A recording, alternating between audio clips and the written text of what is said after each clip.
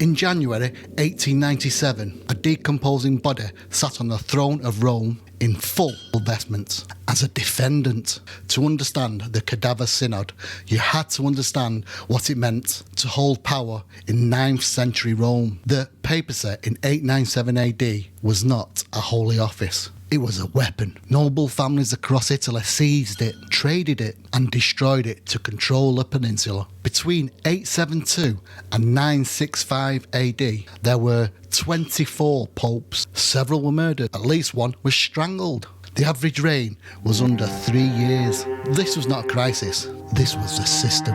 Into this system stepped Pope Formosus. A capable man. A political man. He crowned the wrong king, switched allegiances, ordained priests in the diocese that weren't canonically his to touch. He made enemies in the way that powerful men always do, efficiently and permanently. When he died in April 896 AD, those enemies assumed that the matter was settled. They were wrong.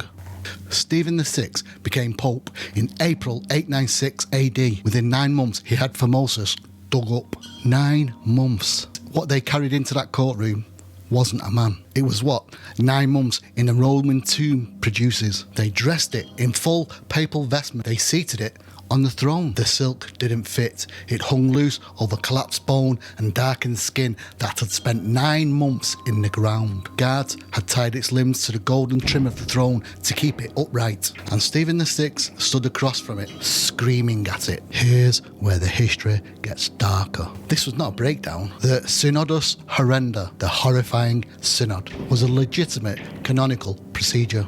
Every charge was formal. Every objection entered into the record. Formosus was accused of perjury, violating church law, of illegitimately crowning a king that Stephen refused to recognise. Deacon was assigned to speak the defence. The trembling deacon would whisper a confession of guilt from behind the rotting silk cushions. You were a bishop in that room. You were summoned. You could not refuse. You sit in that chamber and watch a decomposing body receive cross-examination. You watch a deacon whisper its defence into vestments that no longer fit the frame underneath it. You watch Stephen pace and rage and point at something that can no longer hear him, and you say nothing, because the man with the power to end your career is the man doing the screaming. After the verdict, they did not stop at conviction. They stripped the vestments from its body. They severed 3 fingers from his right hand, the exact fingers he had used in life to give the holy blessings, and declared every ordination that Formosus had performed canonically void. Thousands of priests invalidated overnight by the mutilation of a corpse. Then they threw him in the Tiber. Rome rioted.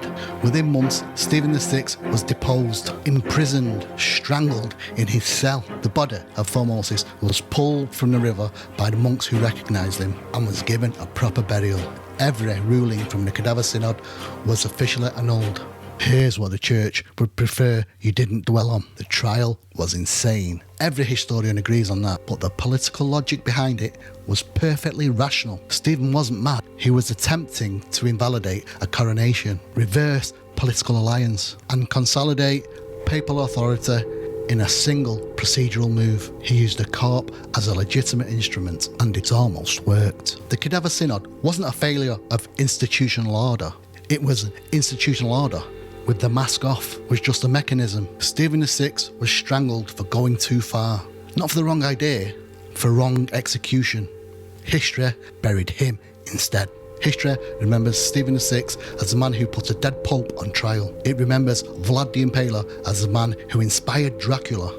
Both of them got the wrong epitaph. What Vlad actually built in that forest of 20,000 corpses, and why historians believe he saved 500,000 lives, is here. Go and check it out. See you in the shadows.